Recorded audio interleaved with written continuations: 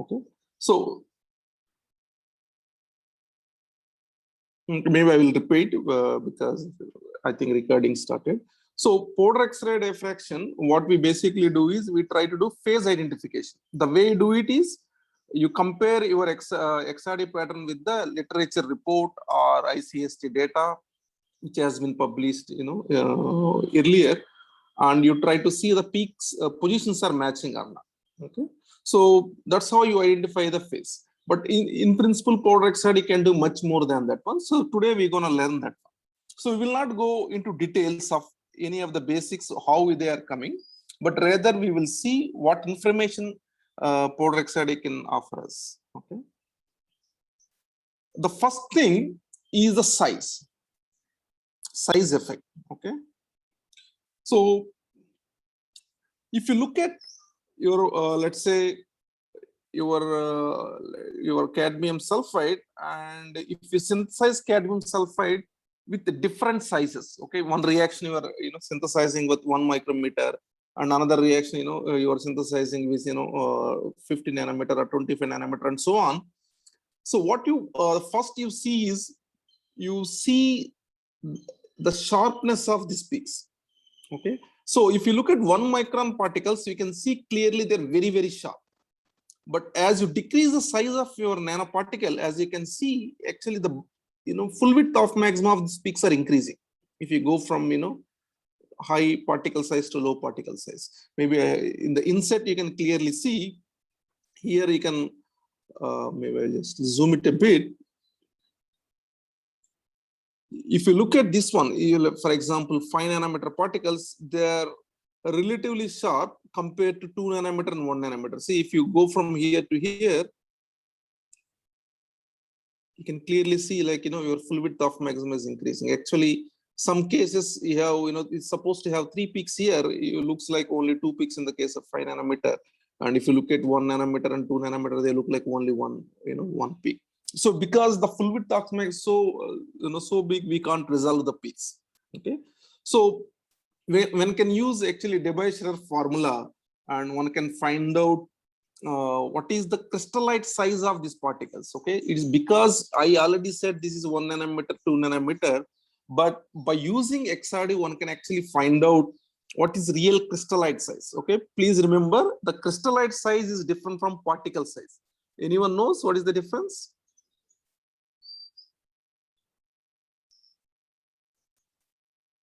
What is the difference between crystallite size and particle size? So maybe any junior ones they can tell. Maybe after that, Rajat or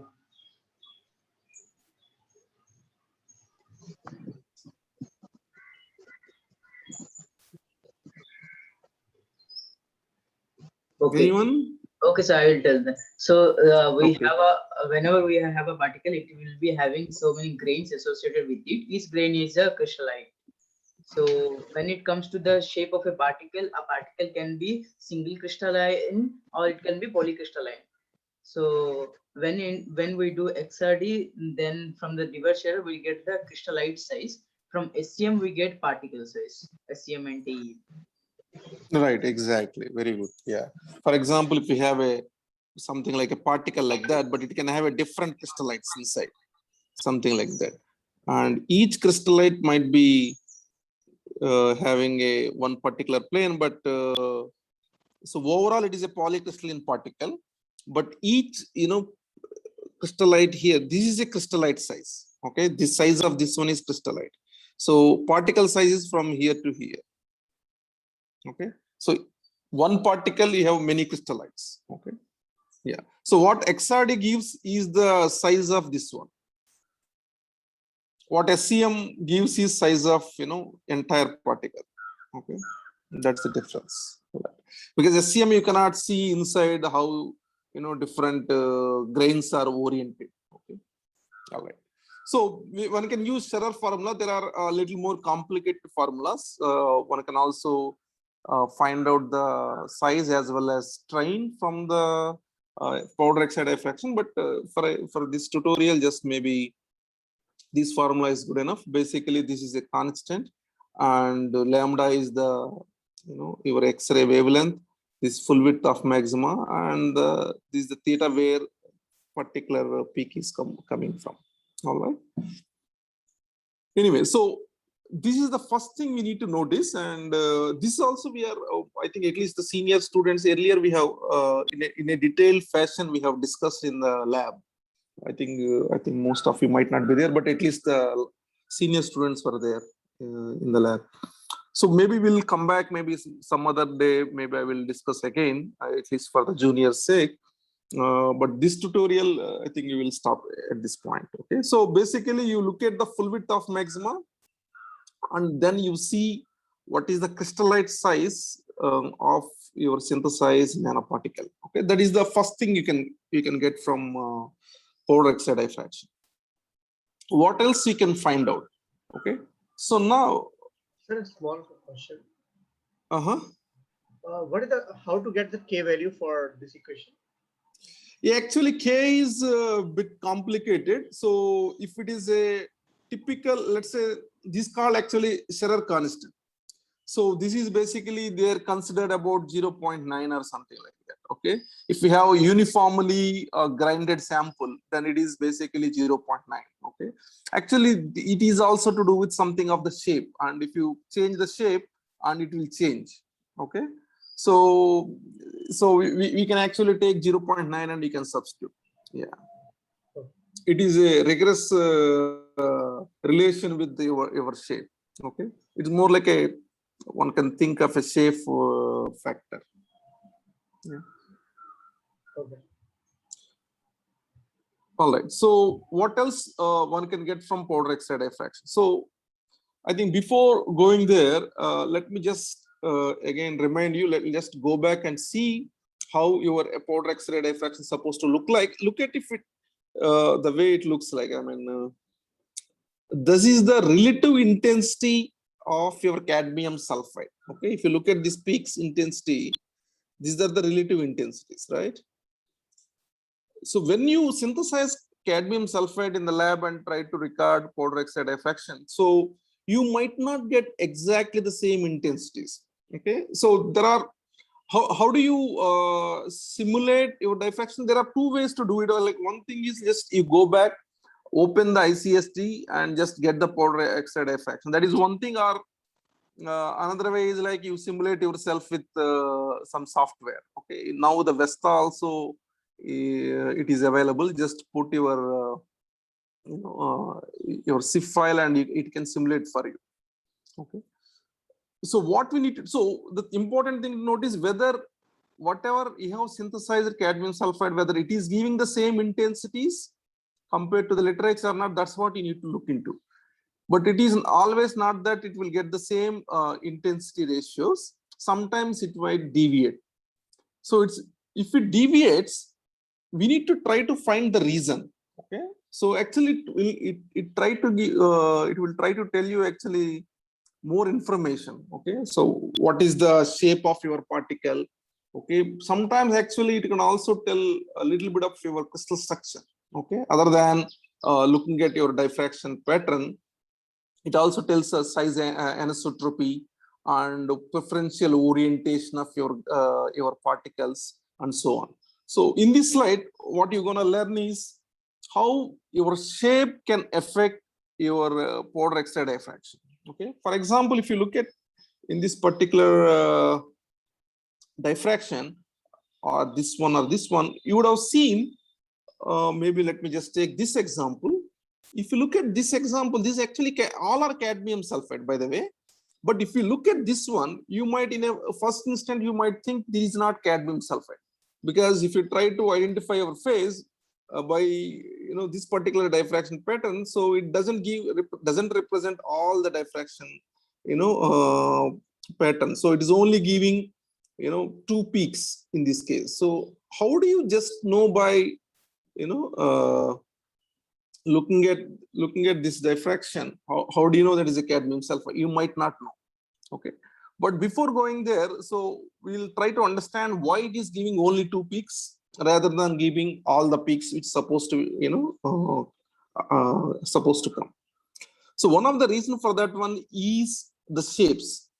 And the second thing is how that particular grains are oriented with respect to the substrate. Okay, if you look at, let's say this is your substrate, and when you try to deposit your powder samples on top of the substrate, the way it orients on top of the substrate, that determines what kind of diffraction pattern you get. Of course, phase will not change because this is cadmium sulfide and we are not changing the phase. But the way it looks like the diffraction is different. So for example, let's say if we have, let's take this example, this is much easier to understand. Let's say you have a cubic crystals, okay, your morphology is cubic. Now, if you, let's say, disperse your cubes in some solvent and try to deposit on substrate, it is, inevitable that, all the cube faces would be parallel to your substrate, right? Let's say if we have a cube of, something like that, this plane is always deposits on top of your substrate, right? That is generally the case. It is unlikely that it will deposit something like that, right? Corners and edges will not be, orienting towards our substrate. It is more unlikely. It is more likely, right? Am I correct? Yes. So gravity pulls such a way that, it can nicely rest your face on top of the substrate. Now what happens? Now this kind of situation happens then, let's say this is your, one, for example, 001 plane, okay? If it is your, sorry, this is not a correct brackets. There is a difference between this bracket and this bracket. I don't know, curly bracket is different from this one. I think hopefully you know that one. Family If of it is, right. So this is like 001 plane. This is family of 001. Okay. In this crystal structure, basically you are talking about 001 and 001 bar. Okay. In the cubic crystal, you are talking about, if I write, let's say 001 here in the cubic crystal, then it is basically you're saying 100, 010, 001 and 1 bar 00. These are all set of planes. That's what I'm representing. Okay. Because it's a Z structure, not all are same. So basically 001 is you need to write in this particular brackets. Anyway, now your 001 plane is orienting in this direction. Okay. Now if you record your X-ray diffraction, okay, so what you basically see is, your 001 plane intensity is very, very high compared to any other planes. Okay. So that is the reason why we are particularly seeing this particular, only 002 and 004. Maybe in this case, you are not seeing 001 because there is no 001, by the way, in the Z. See, if you look at your initial thing, okay, there is no 001 because it's a kind of a systematic absence. The intensity of 001 is 0. Okay, I don't know whether you know why some of the peaks have a 0 intensity. Anyone knows? Anyone remember? Right, because of it actually gets destructive interference with the another atoms inside that plane. Okay, so it's called systematic absences. Maybe you can go and check what they are. I think we have discussed in detail earlier. Maybe we'll come back some other day. Anyway, now, so depends upon the way it orient, your crystal orients to your substrate. So you might see the preferential intensity increase of certain peaks compared to the rest of the peaks. Okay, that's what it is.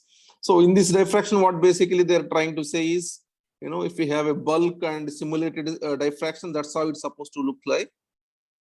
But if it is orients, let's say 001, 25% of 001 orients, the way diffraction looks like this. And if it is 50% orientation, 75 and 99% orientation, that's how it looks like. Almost like 100% orientation, you see only correspond to 00L peaks. Okay, so you see only 00. Let's say, okay, so this set of peaks only you see. So you don't see any other peaks if it is 100%, very close to 100% orientation. All right. And another example is like, let's say if we have a nanowires or something like that. So if you have a nanovirus like inevitable, that nanovirus always falls in this fashion to the substrate, right? It never falls something like that. Okay, so it's very unlikely. So in that case, also you see what kind of planes they are. For example, if it is these planes are, let's say 110 planes. Okay, 110 plane. Then you see here, 110 plane intensity is way higher than any other peaks. Okay, so it is a preferential orientation which is determined by the shape of your particles. Okay, basically it tells you what kind of morphology you have and how they are oriented with respect to your substrate and diffraction. All right, very good. So is there any other example one can give, like a shape, any of the shape anisotropy if we have, how they show particular enhanced intensity in diffraction? Any material? Any material, famous materials? What kind of material show this preferential orientation? Graphene. Perovskites? No, not perovskites. Perovskites, if you have a cubic structures, then it is. But certainly is like a graphene, like two-dimensional materials. If we have a graphene, always graphene falls like a, graphene is like a, graphite structure is like a book structure, right? We have Yes. many pages. Each one is like a, let's say you can think as a graphene. If you take a graphene, like, the layers, single layers, if you try to throw on the substrate, always fall, in only one way, right? Yes.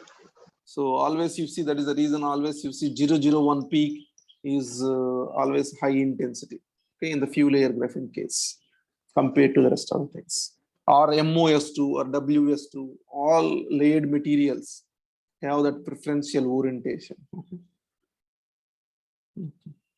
And so I think before moving on, I think let me just say another point is, let's say if we have a small cubes, okay, your morphology is cube, and whether it would orient along the 001 direction or not. How if you want to change that orientation, how do you do it? Any ideas? Let's say, yeah, so like in always, what I'm saying is, these cubes always orient in this particular fashion, right? Your 001 plane is parallel to your substrate. If what I'm asking is, if I don't want that that preferential orientation, if I want to change that, how do I do it? Either tilt the sample. Come again? Tilt the sample. Sample tilting. Yeah, tilt. Yeah, you can tilt the sample. Actually, that is correct. But in XRD, we don't have that option to tilt. Not all XRDs we have that. XRDs generally what we have is like a rotation option, not tilting option. So can we make the surface of the substrate itch in a particular shape before we Oh deposit? yeah, I think I don't think your in charge of powder XRD will be happy with that. Well, yeah, maybe you can take some other substrates, not the And rub the like, substrate in the different, right, rub the substrate and it will change the orientation of the. right. Yes, that can be done. Yeah, that can be done. But but simplest thing is, so if you take in a solution and if you drop cost, that's how it comes all the time. But if you take a powder and you put like a powder, not the deposit, but you put the powder on top of it. You understand? Then you have a crystal, one crystal, something like that, another crystal falls, something like that on top of it.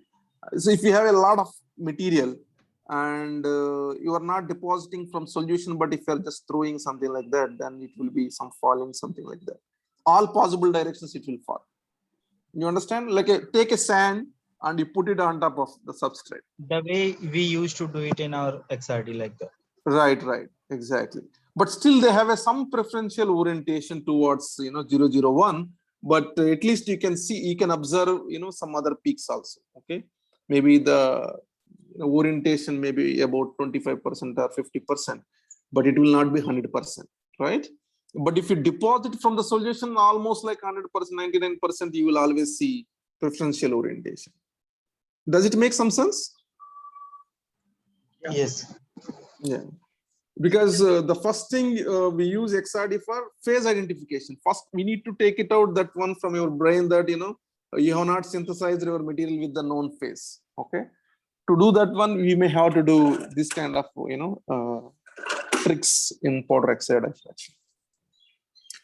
All right. So didn't get your Just- point. That means we should be first doing powder sample so that we can match our pattern with the literature pattern known. Right. Okay.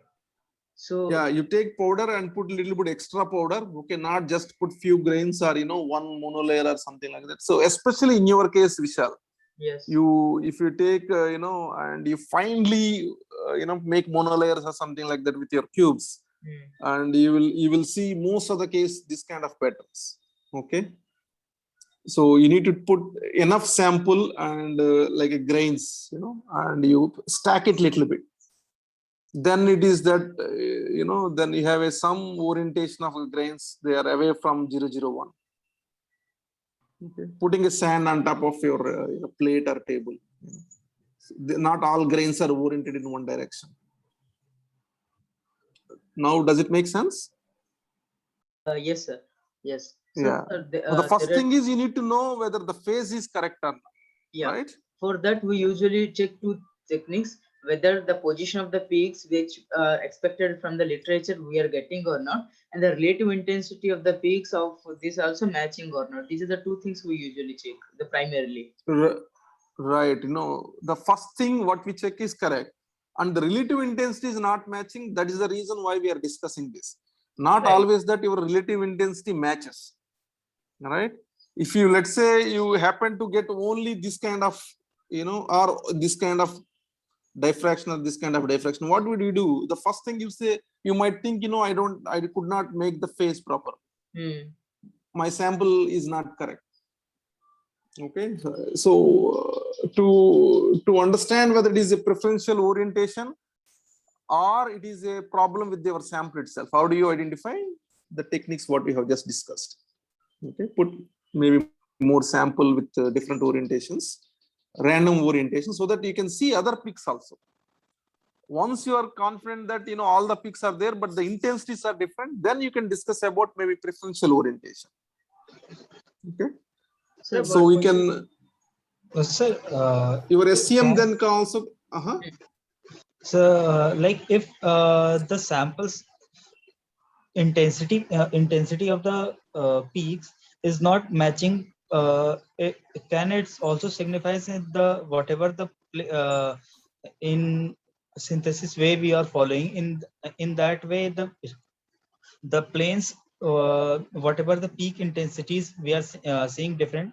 So in our case, that planes is getting more like exposed or preferentially synthesized. So that's why we are getting like suppose. Okay, all right. That's a good question. Yeah. Okay, let's go to that one. I have a slide for that one too. Okay, this I will not discuss. This is more like a graphene kind of structures. If you have a layered materials, always layered materials falls in one way. Okay, let's say in this case, this is a germanium sulfide. Okay, I have already given a. Okay, I think before this, I have one. Let me just show you. Before this, I have one question with the previous slide itself, that when we are doing powder, that I have understood. But usually when we drop cast on a substrate and do kind of a thin film, so then like that acts as a thin film. So thin film case, people instead of 2 theta, theta 2 theta, omega 2 theta, they do what for I have Right. So yeah, see, if you look at the thin film always gets something like that. See, thin film is like you mostly get this kind of thing. See, thin film people, their intention is they know it forms that particular phase. They want to see whether the orientation is correct or not. Did they make it correct or not? If the thin film with the like it made all the film with preferential orientation or not, so your XRD can give you that one. Okay. You understand what I mean? Okay. So their intention is to see getting only one peak. Yeah, so powder oxide diffraction is not that one. Powder oxide diffraction, you need to get all the peaks Yes. with expected relative intensities. Yes. Yes. So that is a reason why actually powder X-ray diffraction, when you do it, especially your kind of samples, you need to grind it so that and disperse it so that you will get random distribution of your particles in all orientations, so Yes. that you can get the relative intensities as expected. Right? Yeah, but Sir, thin sir, I film have- is not. Their intention is different altogether.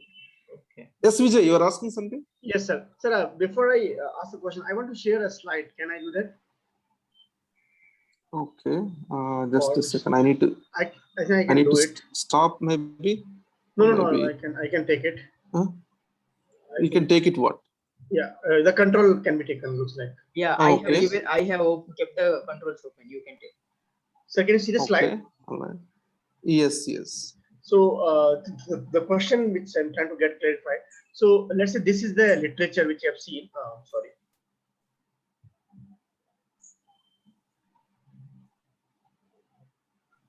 This one. So let's say this is a material I synthesize, the two different material, and this is the peak I am seeing from literature. Okay, let's say. So my relative intensity is matching, but this is the powder sample, right? So I have sprinkled the powder on the surface and then build the XRD. So does that mean that my all the grains are in the same plane, or how can I interpret this? It's So then- not necessary. See, that is the reason I was like last statement I made. You need to also take help from SCM so that it will give you some fair idea. Can you have SCM? I do, yes, have a similar.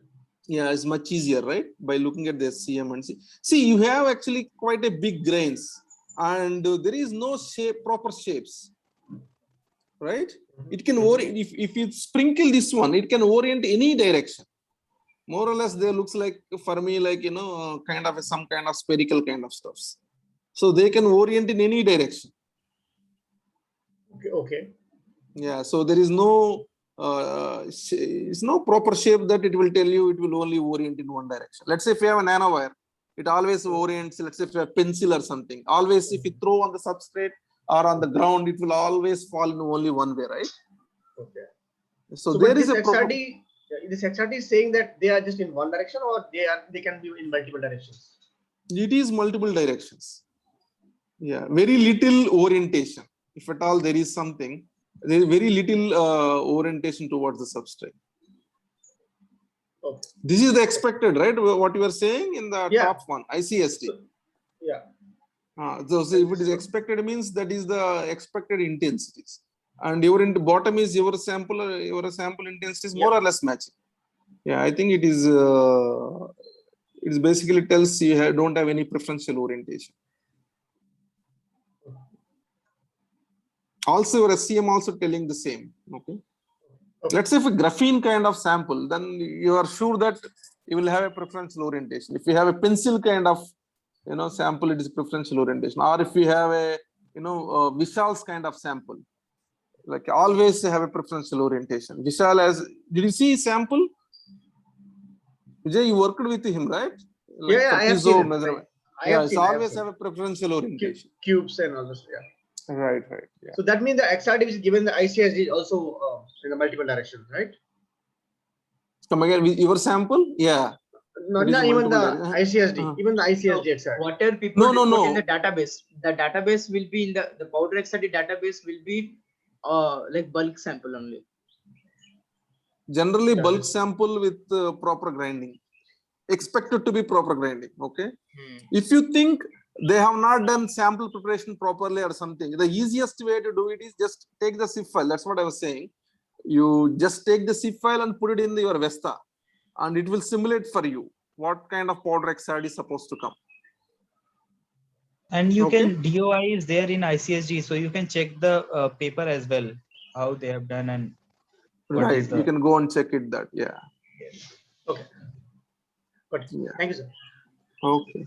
So in your slide regarding omega 2 theta, that thing like theta to theta is the powder XRD. Then omega 2 theta means what they change there. Because theta is the incident angle, but omega means I think omega is the rotation because they use different they use different substrate holder for thin films. I don't know. Yeah, omega usually do rocking curve, right? This rocking curve when we do omega. So it will rotate at one particular grain size. It should rotate continuously again and again. And that usually when we do that omega to theta scale, right? We calculate the FWHM of the films, thin film especially. That's what my understanding. We can check with thin film guys, or we can read it. Yeah. Anyway, so the question what Vijay asked is, let's say, if we synthesize something and if you have a size anisotropy, for example, like that. Okay, in this case, so size anisotropy means basically you have certain planes here in this, so it's already given here. Okay, you have certain planes in this direction, and the planes are, let's say, 0, 0, 2, and now the thickness of 0, 0, 2 is less compared to 1, 0, 0. Okay, so length is higher than the width. Then if you look at, so this is 0, 0, 2, and this is along this direction. Along this direction, the plane is 1, 0, 0. Okay. Now, if you look at your powder X-ray diffraction, you can clearly see your 1, 0, 0 is more sharper than 0, 0, 2, right? Your 0, 0, 2, if you look at the full width of magma, that is higher than 1, 0, 0. In this case, basically, it tells you is like, one plane, like basically you have a size anisotropy, means one plane's the number of planes in one of the direction is lower than the other directions. Is that the question, Vijay, what we asked? Yes, sir. Yeah. So then if we have, let's say, spherical particle like that, and see if we have, let's say, 1, 0, 0, then it doesn't really matter. Actually, the rest of the planes also, either it is in a 1, 0, 0, or if you look at the perpendicular to that one, this direction or this direction. So all directions, they are more or less same size. So then you should see, the intensity of your diffraction should be similar to the intensity of, simulated pattern.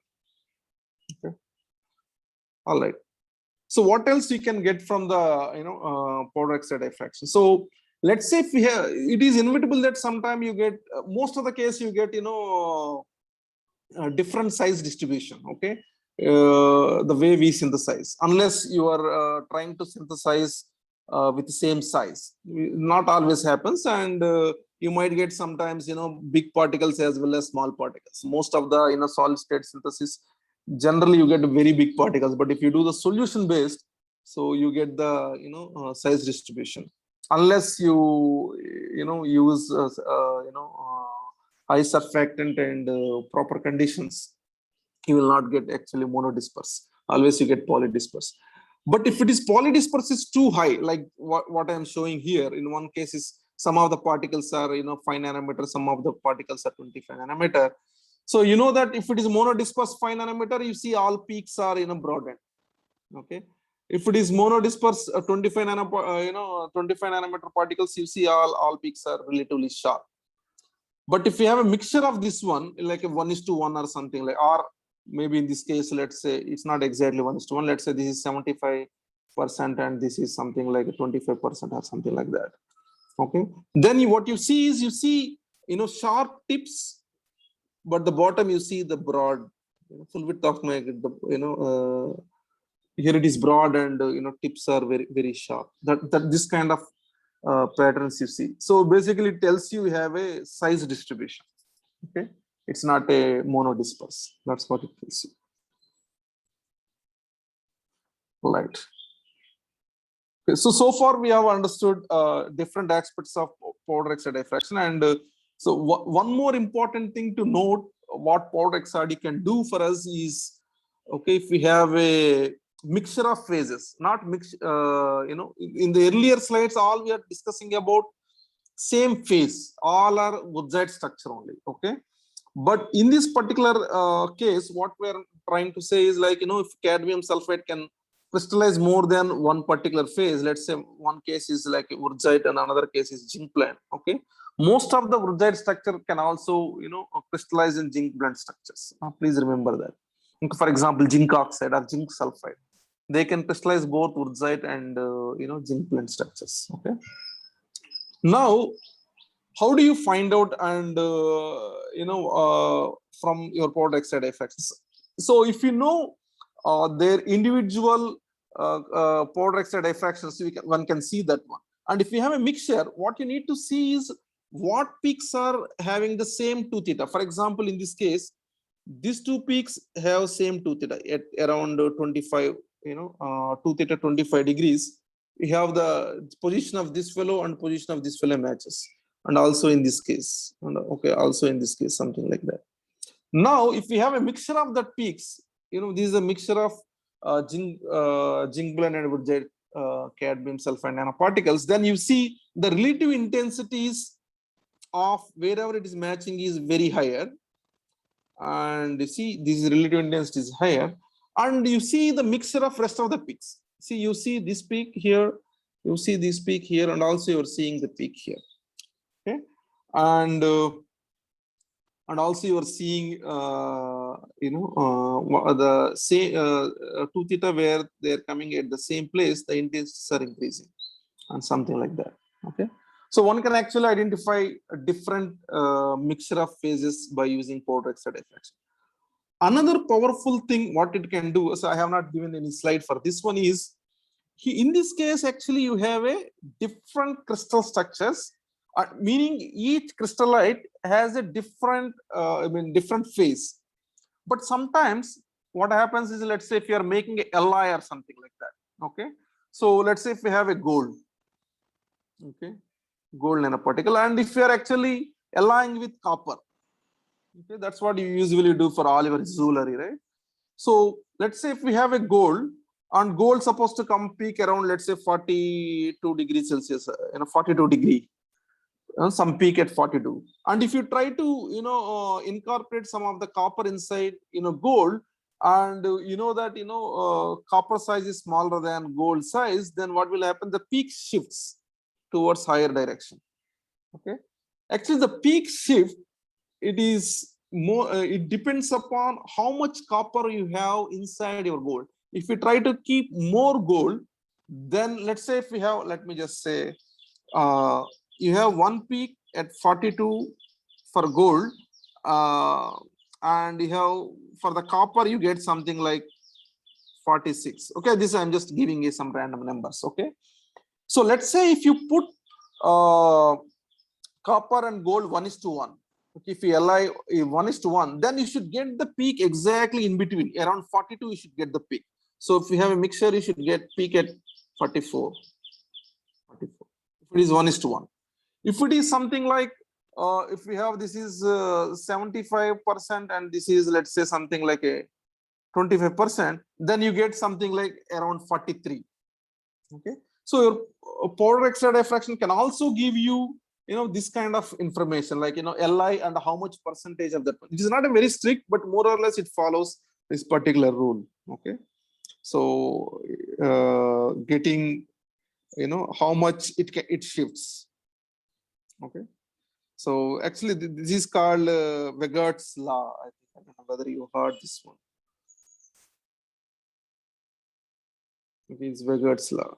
This is called Vegert's law. This is not a very strict law, so it's not a theoretical thing or something. It's more like empirical. Okay, it is observation based thing. Okay, so it means it might fail sometimes.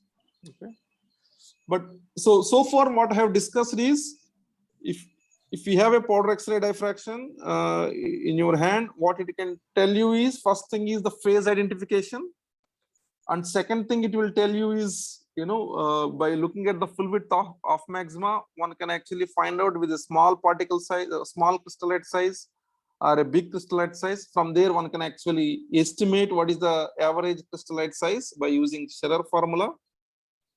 Actually, in principle, one can also use extended formula for identifying the strain within the crystals. Okay. And one can also say the preferential orientation of your grains is basically shape anisotropy in your particles. And so that is very evident in the case of layered materials and one-dimensional materials. And if we have a mixture of particle sizes, so if not, they are not monodisperse, it can also tell you whether it is a monodisperse or polydisperse. And again, I already said if you have a nanocrystallite particles with the size anisotropy, one can find out do they have a size anisotropy or not. Depends upon selectively some of the peaks are getting broadened compared to other. Then basically it tells you we have a shape anisotropy. Then one can also find out the mixture of phases present in your sample, and also one can estimate your lattice parameters. So generally lattice parameters doesn't change unless you dope it or something like that, but sometimes it might happen because of the strain in the crystal, like a compressive strain or in that kind of structures, it will your lattice parameter changes. And then you need to be careful while saying your lattice parameters are changing is when you have a diffraction pattern, for example, something like that. Maybe let me just go to the first slide. If you want to estimate your lattice parameters, if there is a change in the lattice parameters or not, you need to make sure you cannot just look at one peak. You need to see all the peaks, all the peaks are shifting one direction. Then the same amount, let's say all the peaks are shifting with, let's say, X degree. All the peaks, like the 100 peak is shifting by X degree, and let's say 102 also shifting by X degree. Then it is an instrumental shift. Okay, it's not the compressive strain in your or elastic strain in your sample. It is could be due to the instrumental shift. So you need to correct that one. But let's say your 100 is shifting X degree and your 200 is shifting 2X degree or something like that.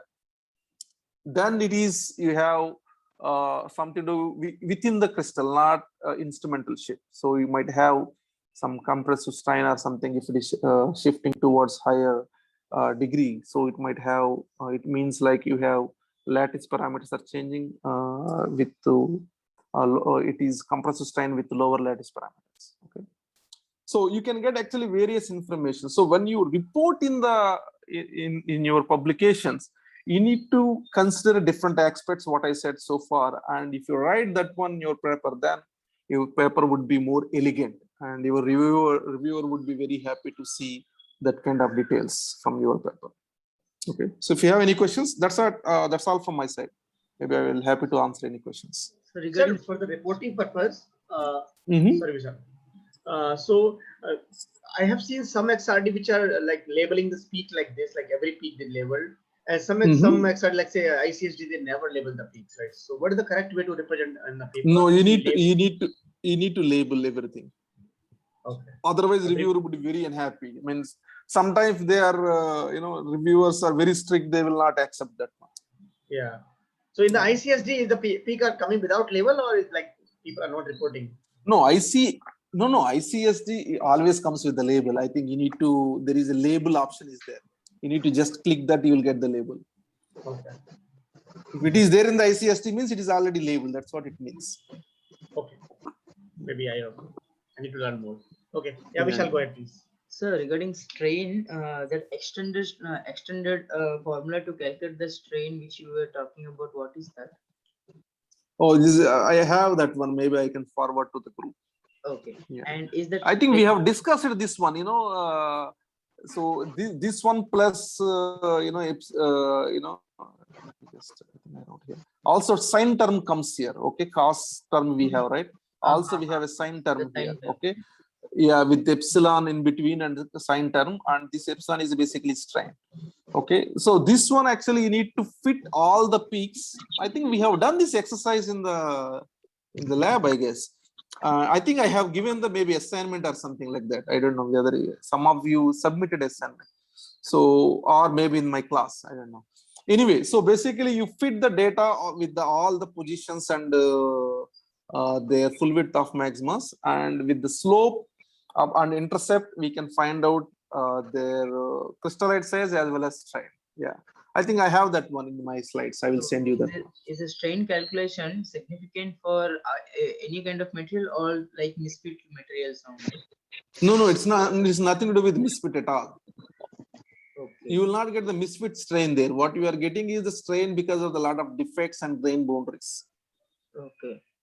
Okay, and also you don't get strain because of the uniform compressive strain. It is a ununiform, like non-uniform strain. That's what you get it. Okay. Okay. So If it is like a compressive, come again. yes, is you That get strain reflects If you have in uniform compressive strain, you don't see anything that one using this formula. If it is a non-uniform only, you see that. Does it make sense? yes. If it is uniform, then it actually your crystal feels like there is no strain at all, because everything is uniform, right? Yes. Then what you see is that one is change in all the patterns towards one direction, right? Yeah. Right. Now, of course, not the same amount, but towards one direction. Or if we have a crystal saw, let's say some graphite kind of crystals, if you apply a strain in one of the direction, let's say C direction, okay, let me just go to some new slide. Let's say if we have this kind of structure and you are applying strain only in this direction, okay, and planes related to this one shifts one direction towards higher theta, and rest of the planes would be more or less same, or slightly shifts in other direction or something like that. Okay, not all planes shifts. Okay, but this is, you already know you are applying strain in one of the direction, right? Because you are doing this one external strain. Okay, if it is an internal strain because of the chemical strain means whether if we have a some doping or something like that, it creates a strain within the crystal. Okay, that is a different thing. And if you have a nanoparticles and your surface is highly strained, okay, this information you can get from the formula what I'm saying, because the coordination is not same at the top atom compared to the bulk atom, then they get stretched. Okay, they get rearranged a little bit, it creates a defect. That strain information you can get it. So this nanoparticle strain will get, and but we won't get the compression strain with compression which we do from the external, and defects External. any defects like vacancies or Yes, you get that we one. will get, right? Doping. Yes, that you get it. Yes. Sir, The then strain due to the defects or the surface, that you get it. Okay, it is a small amount, but still you get it. Yeah. so the compression that we can see like PFM case, we compress the material, or other way around, the reverse PFM. So at that time we can do XRD also, like then how, like externally the system where we can simultaneously compress and measure XRD, is it It is allowed, but we don't have that facility here, na? okay? So people use diamond cell and they compress the sample, and they generally use the X-ray beam or something.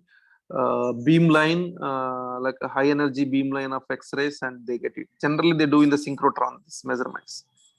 Okay. And if you have pressure cell, maybe you can do it here, but I don't think we are capable of doing in our in IIT, I guess. Vishal, you want to introduce the strain in the sample purposely, or? No, if someone wants to do that, people do that. That is a very usual practice. Yeah. So like I think how phase XRD, change right? happens. What is that? Yeah. The temperature dependent XRD can also give that information, right? Because temperature. No, yeah. So that I have not mentioned today. Actually, temperature dependent, expansion coefficient of your material can be found out from temperature dependent XRD. Yeah, that's a good point. Actually, I have not mentioned. I forgot to mention. So, because we have a capability in our chemistry department, one can do actually temperature dependent XRD and see how lattice parameters expand with respect to temperature. That can be found out. Yeah. Sir, in our department XRD, which means 1000 degrees Celsius is good or 900 degrees Celsius? You just ask. I think you can go up to 950. No, 950 is there. 1000 also there. I think the maximum is what is. Engineer suggest maximum you will use maximum 900, but in manual mention that 1000. So yeah, I think 1000 or 1100. Always every system there will be a maximum limit and working limit. So I guess working will Yeah. be say 900. No. I think you need to ask. I think I remember it is 1100 is the I Maximum. think set temperature maximum, but you can work up to 1000 in a safer mode or something like that. I think we have only one holder, so that's why sir is more sir only generally don't allow for like 1000 or more than 1000 degrees Celsius for Explode a lot, but I think we should also start thinking towards the directions. Okay, so there is a lot of interesting things one can do. Meaning, not been explored too much is, let's say, if you change the particle size, how it will the phase conversion temperature, does it same or does it changes, or this kind of things. I think it's very less explored. I mean, and let's say if you have a shape anisotropy, let's say if you make a nanowire compared to the spherical particle, does it change the temperature while during the changing the temperature, phase change with respect to temperature? This kind of things actually one can explore also. Okay. Sir, can you open second slide?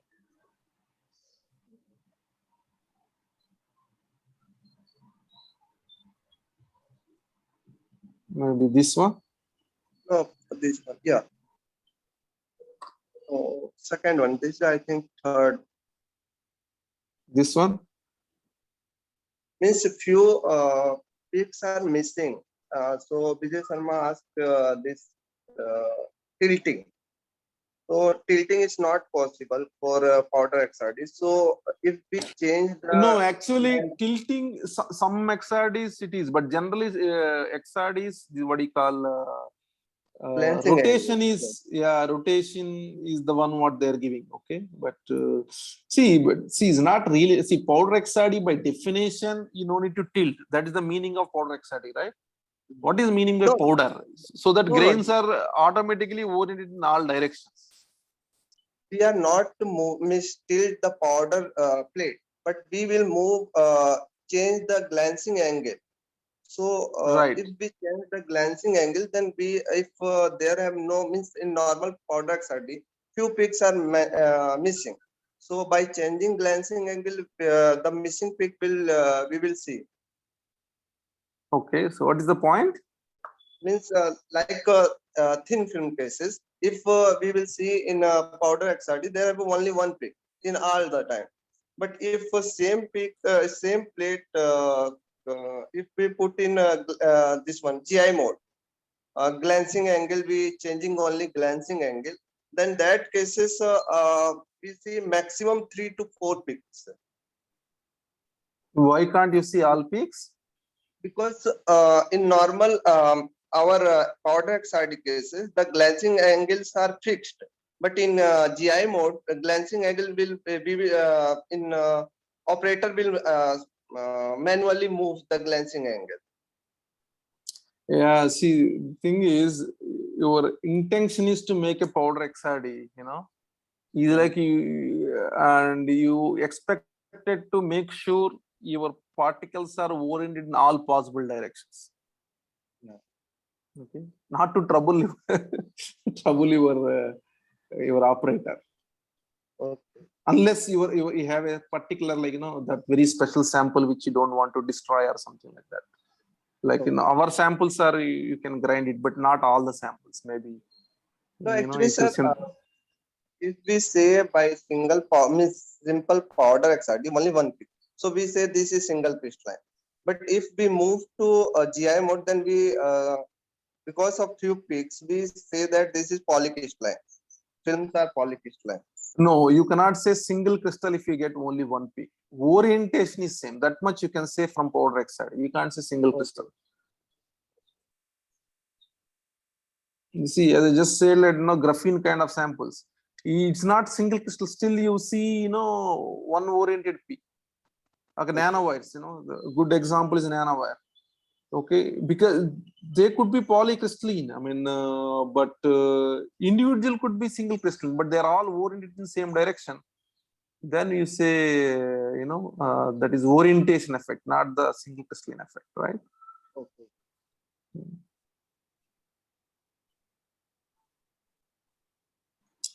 All right.